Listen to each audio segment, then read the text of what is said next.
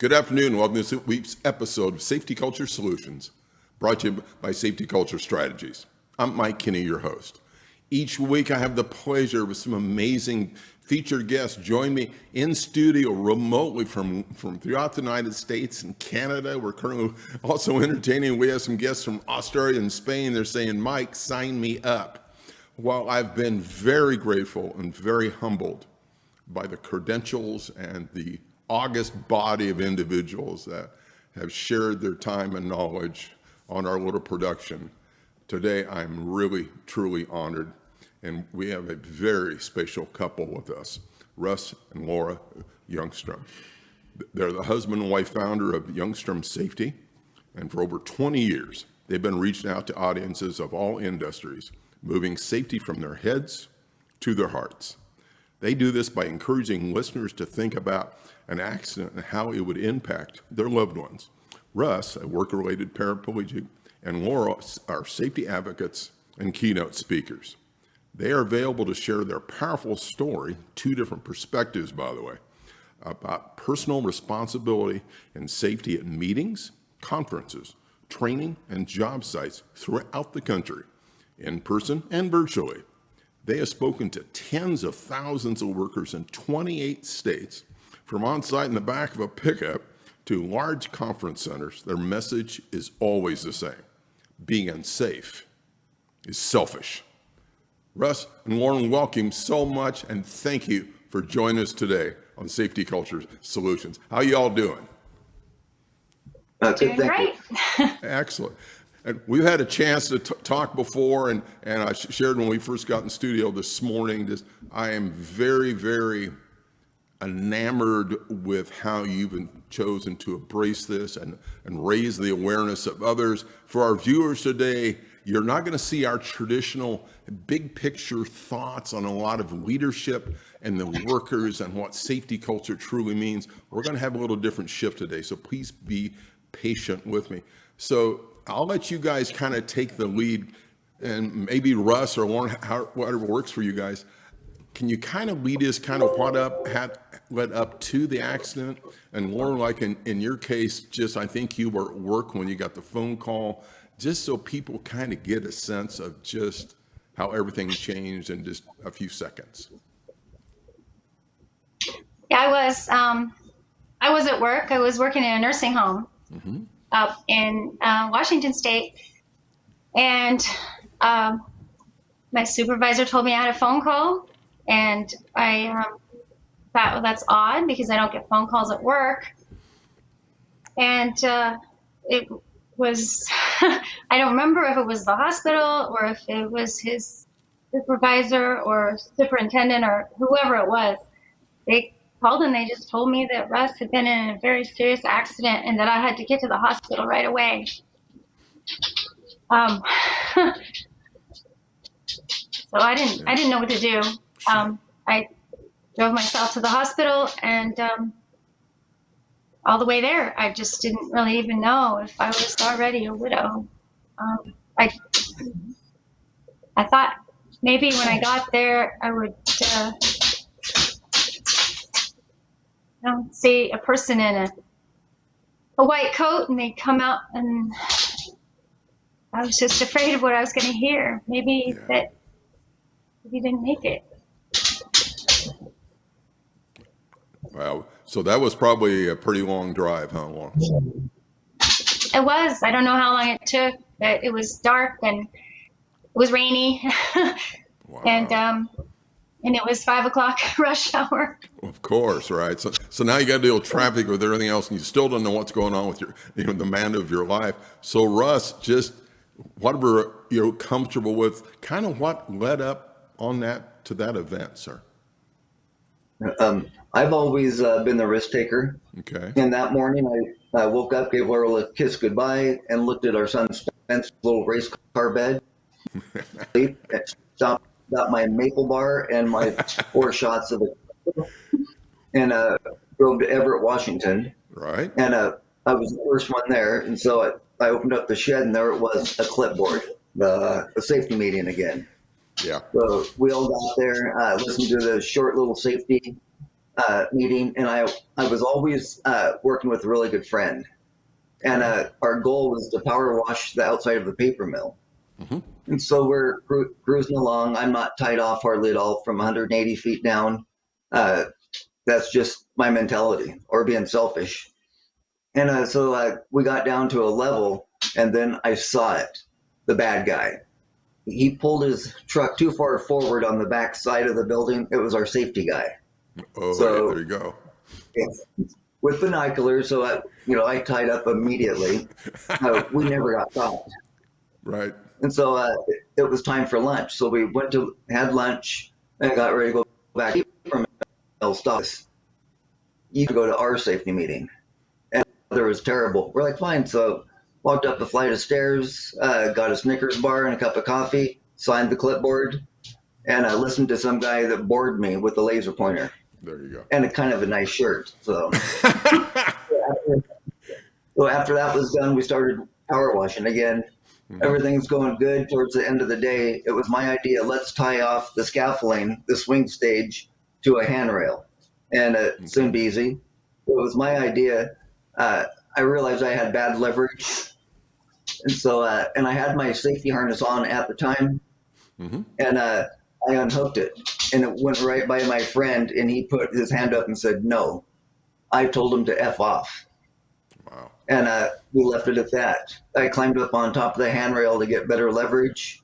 Got the chills, the goosebumps down my neck. I unhooked my harness. I looked down. I could catch myself. And by the time I even blinked, the scaffolding came back and hit me in the chest and threw me back 10 feet and down about 30 feet. And it does go in slow motion. Yeah. So the first thing, the gentleman who got me the job, Ed always told us, the new guys never land on your feet. You'll blow your ankles, your knees, and your hips. Good point. And so right when I realized, okay, I've got to position my body, I got to hit on the right side, hit, roll, and get up and walk it off. And so I'm trying to get all this figured out, and finally I saw my legs. It's like, okay, fine. I could see them, so I got ready to hit. Then my right leg got stuck in some airline, stopped me, and then bungeed me back up. Right. And at that point, I was lost. First thing, I know you would never do this, but a watermelon or a pumpkin on the concrete Yeah. from somebody's porch, we wouldn't do that though. No. And that's what it sounded like in my head, just a humongous explosion and then a snap. And so, okay, I tried to get up, couldn't. Then I tried to breathe and I couldn't get any air in. And so I just told myself, relax, relax, try to get up. And I realized I can't get up, but I can't breathe either. So I'm like, okay, focus on the breathing. And towards the very end, I took my last little gasp, and my eyes were closed. I got warm. The pain went away. It was peaceful in that transition. I don't know what you call that. But about a little bit later, I felt somebody touch my hands, and it was the friend of mine. And first thing I told him is, how come my legs are touching the back of my head? He's like, what are you talking about? I go, no, my feet are touching the back of my head. He goes, your legs are straight. So he went and got help. Wow. So then that you had some type of probably on-site medical response, and then they were able to call an ambulance and be able to get you to the hospital?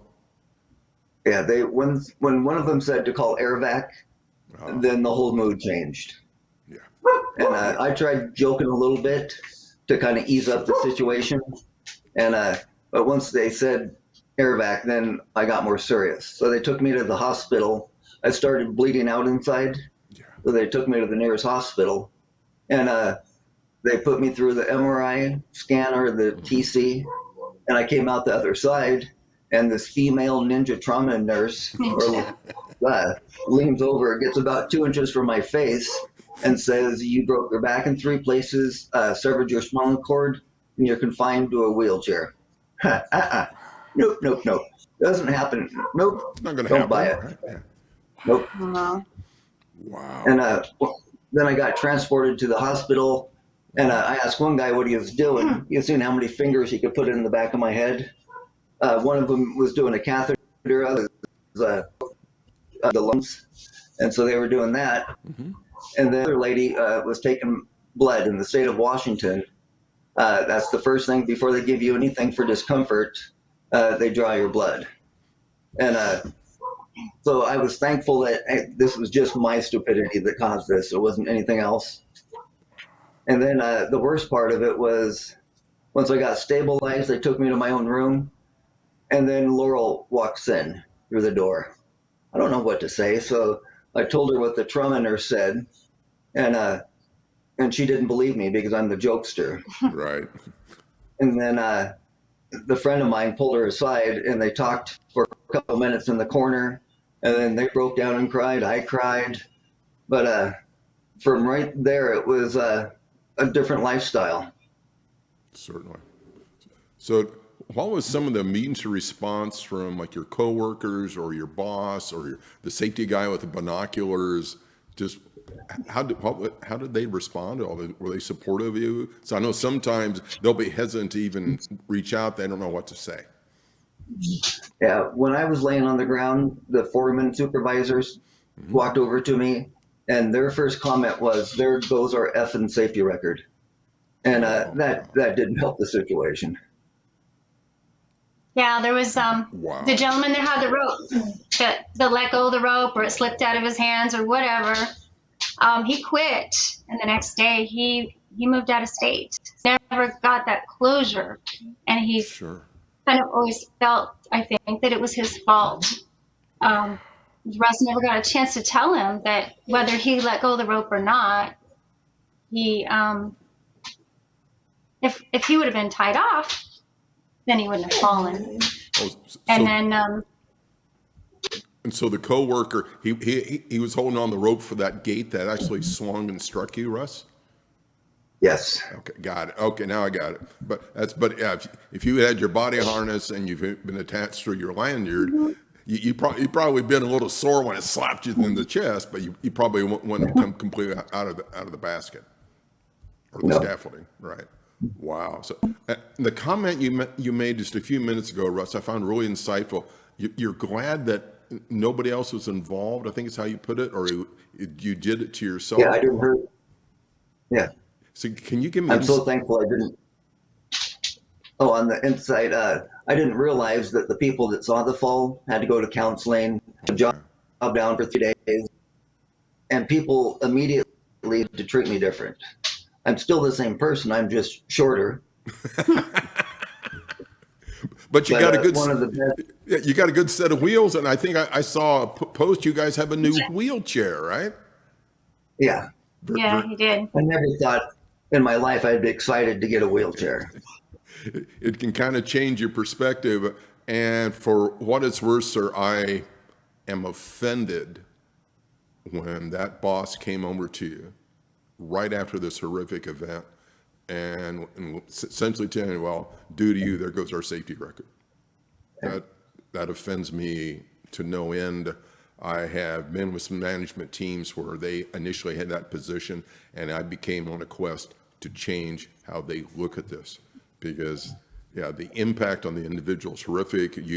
It's self-evident that now that you're feeling they blamed you, it's your fault, you did everything wrong. Well, odds are there was a lot more to it than that, and probably, to be candid, that you either observed other people prior to that event who probably weren't as safe as they could have been, or they didn't get tied off all the time, and there was probably no repercussions, right? It was kind of business as usual. Yeah, but I took OSHA or whoever, they came in to do the interview, Right. and I made it perfectly clear this was my negligence. Didn't have anything to do with the business. It was me. But they were trying to open it up to where, oh, you can maybe get a lawsuit type stuff. Money's not going to change anything. You know, the job he had before that, they didn't tie off, and guess where that was? That was the Space Needle. Really? Yeah, so he had a bad example from the beginning. Yeah.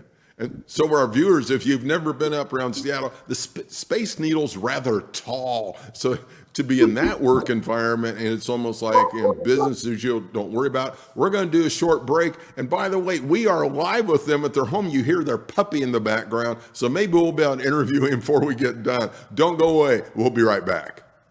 Safety Culture Strategies provides world-class safety culture and safety program management consultative services for clients throughout the United States. Whether your company is pursuing Voluntary Protection Program STAR designation, ISO 45001 certification, or considering a comprehensive review of your current safety programs and processes, Safety Culture Strategies brings hands-on experience combined with a unique perspective that readily translates from senior management to task-level personnel. This collective skill set provides you with a very insightful health check of your overall safety management system that can also assist with reducing injuries and attrition, as well as increasing profitability. Safety Culture Strategies is also certified to provide Ziegler Institute employee engagement training and leadership coaching. When combined with established relationships with federal and state regulators, Safety Culture Strategies is uniquely positioned to assist the safety culture efforts of any company. For additional information, visit www.scstrat.com or call us at 702-780-1410. After all, every company has a safety culture, but is it the culture you want? And we're back, and rest assured, I never want to be with a company where there's safety culture and they view an injury. Well, there goes our safety record. Hey guys, we're back, and we thank your puppy for joining us on occasion. So since the accident, you've had some surgeries. You're kind of I think a steady state, for lack of a better phrase, and you guys have been, I think, very, very successful sharing your message across, I think, 28 different states now, tens of thousands of workers, probably hundreds of companies. So this portion of the show, can you share how did some of the presentations go? What was some of the responses while you're on stage with them or on screen? And then what's been the feedback from some of these organizations after you left? Yeah, one of the things at the talks we do is I hold this up. It's my diaper I've been wearing since I was 31 years old. My mom loves meat and I don't eat beans, I don't eat corn, certain foods. And then when I go to the bathroom, I tuck a blue pad underneath me, and that's how I go to the bathroom. I had to do it last night. And then baby wipes, fantastic to have. They're in every vehicle and every room of the house. Yeah. So your question, the one of the slogans that I've adopted to our presentation, and that is moving safety from the head to the heart. Yes. And that was a safety director that it was at one of our presentations. And afterwards, he said, I've been in safety for 20 years, but this is the first time that it moved from my head to my heart. I thought, wow, I'm going to steal that. Yeah. It's really good.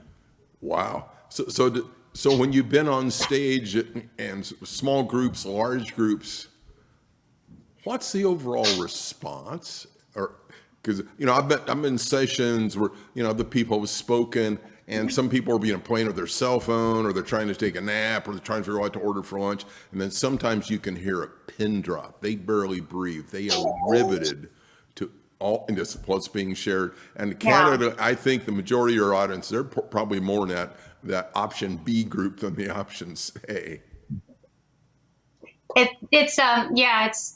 It's usually you can hear a pin drop. It's very, very quiet. I don't think they know how to react. Some of this stuff is shocking, and they haven't ever experienced that, hearing that before. And so they're not really sure. Now, before COVID, we would have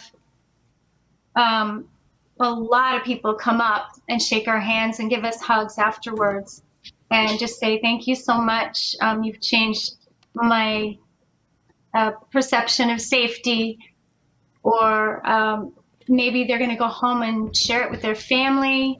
A couple times when we were in Texas, people came up and wanted to get their picture with Russ so that they could take it home and show it to their family.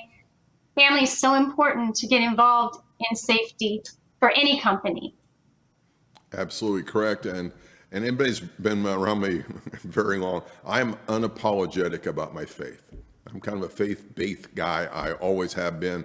I've had friends who've had some serious accidents. One of them is now a quadriplegic.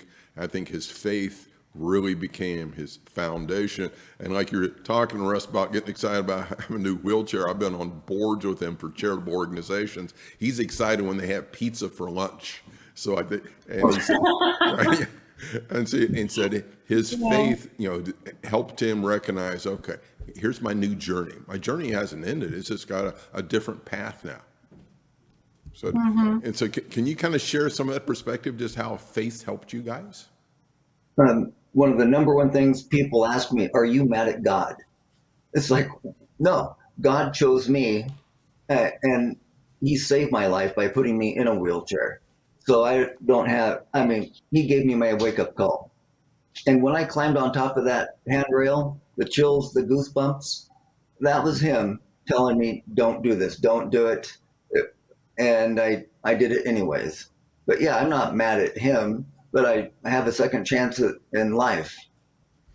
And we're able to help a lot of people now that we wouldn't be able to help if he just was a painter. You know what I mean? And Russ, I wanted to, that's great responses. Russ, I want to touch, you mentioned when you were getting ready to take your harness off and you went past your buddy that was up there with you, and he said you shouldn't be doing that, and you kind of told him what he could go do with himself. Just, did you hear from him after the accident? Just how did he handle all this? He was next to me the whole day. The next day, wow. He's the one that told Laurel that I wasn't joking. Wow. When she came into the room. He was there for probably 5 of the surgeries. 5 of the 32 now. Wow. And he was a really, really good part. And I think this resonates with in some of your presentations that, it impacts your family, it impacts your coworkers. And so in this case, this is obviously a really good friend of yours, somebody you valued to be on the job with. And so the impact on him has been dramatic as well. Yeah. Our safety guy did, he snuck under the caution tape the next day, and the firemen or the paramedics cut this off. This safety harness buckle I was wearing, and he put this on his desk for 20 years as a reminder. Yeah, and it's just like, you don't need to do that, but he still feels like he could have done something to keep me from getting hurt. The only thing the company could have done is for me to let go. People, but this is just my opinion, but that's the best way to deal with people like me. Okay, can you repeat that? You broke up just a little bit on the feed. We're sorry. I forgot what I was saying. You heard about Rex? Yep. Okay. And then when he retired, he gave it to us. He was just talking about how he feels like he could have done something. Yes. And to clarify, that was one individual that said, there goes our safety record. The company was very supportive. Okay, good. And the safety director was very supportive as well. Good. Thank you for that clarification. Otherwise, I was really getting kind of perturbed with this company. Yeah. So, and the gentleman who got me the job, Ed, he never came to see me or us. Really? He feels he takes the blame because he got me the job. And out of all the people I heard, he was one of the nicest gentlemen. And you just can't blow it off your shoulder. It's something I have to live with. But I wish I would have had the chance to talk to him. Absolutely correct. I know one of my guests, he's originally from South Africa. He's in Canada now, and he does a lot on culture. And he said years ago when he was in South Africa, and he was one of the managers for the mines, and they had to go to a home and meet with a young mother and their 2 or 3 very young daughters to explain their husband's never coming home. And he said the difference it made on him, having that face to face and just, literally almost kind of slapping the face with the reality of it. It changed how he viewed it. So again,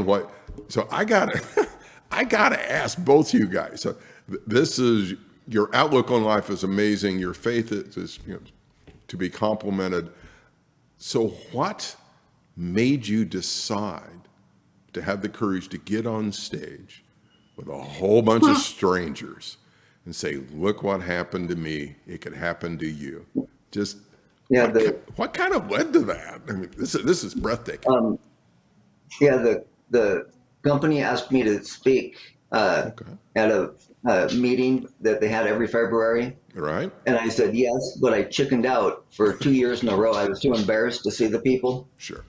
And so then I finally, and then a gentleman from Tesoro Oil saw me. Then he asked me if I would go to Tesoro and do some talks. And I'm like, okay. And so that's kind of how it started. Then I brought Laurel with me because I used to do them by myself. So when she came with me, all the questions were not me.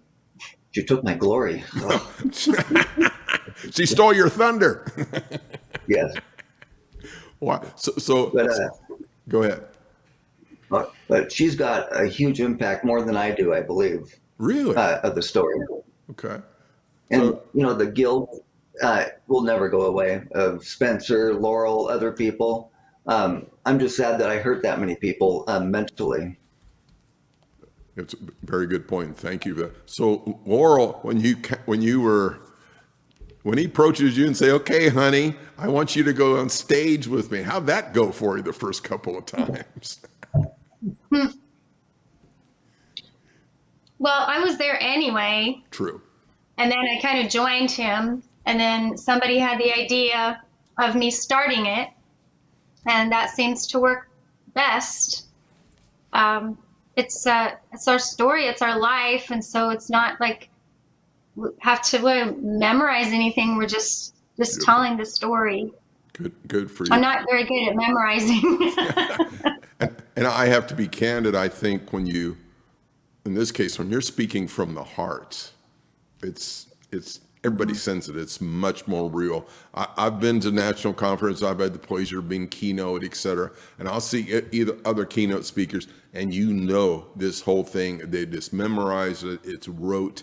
And so to me, it's not even real anymore. And when I'm 12 minutes in, I'm going to say this sentence, and they get all done. Yeah. And they wait for the applause, and they leave. But if you go to ask them a question, it's kind of off topic. They kind of get that deer in the headlights, right? Because now they don't know what to say because it wasn't in their script. So about how long is your discussion, your presentation? About how long is it? About an hour with question and answer, but we've gone as short or as long as people want. Sure. Sometimes they only have like 20 minutes, so we just, compact it. Excellent. Or sometimes they want to continue with the questions and the discussion for hour and a half or 2 hours. So however long they want it, that's Perfect. What we'll do. Good. So to date, I'll ask you both, because believe it or not, we're towards the end of the show. I knew this one I told Rick before we got started, I said, this show is going to go like that. So before we adjourn, as you will, so for each of you individually, to date, what's your favorite memory from being on stage with different organizations? Oh, wow. My gosh. Mine was in Annapolis at the Shell refinery. Right. And I was sitting outside by myself before I went in. Yes, sir. And this mean-looking Harley guy, long hair, kind of like yours, but he wasn't great like that. And he walked up to me. I'm like, oh boy, what did I do? And he just leaned over, hugged me, and said, "You saved my life," and walked away like that wasn't anything. Wow. That's one person that I remember. Wow. and I can't walk out on them because I'm in a wheelchair. You thought maybe you had his parking spot or something, right? So, so That's a whole nother discussion. So, Laurel, what's your favorite memory before we close out today? Oh gosh, I think it was actually a favorite audience. It was the United States postal workers down in Texas, Right. and first before COVID, and they were so engaged. It was probably a couple hundred people, and they asked a lot of questions, and they laughed a lot, and they came up and afterwards gave us hugs. They were just the most engaged audience, and for some reason that surprised me, but they just really, we've kept in touch with some of them, and they're really nice people. Well, before we say goodbye, how do people get a hold of you? 911.